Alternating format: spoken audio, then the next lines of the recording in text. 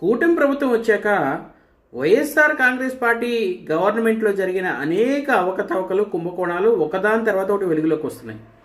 దీనికి సంబంధించి కొంతమంది నాయకులతోటి అలాగే అఫీషియల్స్ తోటి అధికారులతోటి మాట్లాడినప్పుడు ఒక చిత్రమైన విషయం ఒకటి వాళ్ళు చెప్తున్నారు. వాళ్ళు చెప్తుంది ఏంటంటే, వైఎస్ఆర్ కాంగ్రెస్ పార్టీ గవర్నమెంట్లో ఎవరెవరైతే కుంభకోణాలు చేశారో ప్రస్తుతానికి బయటకు వచ్చినాయి కొన్నే, ఇంకా చాలా ఉన్నాయి.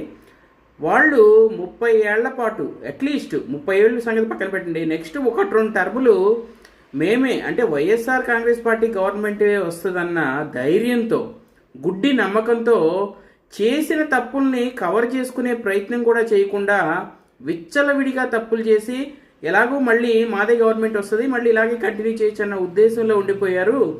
అందుకని ఇప్పుడు ఎప్పుడైతే గవర్నమెంట్ మారిందో ఇప్పుడు తవ్వుతుంటే మొత్తం కుంభకోణాలన్నీ బయటకు వస్తున్నాయని చెప్తున్నారు.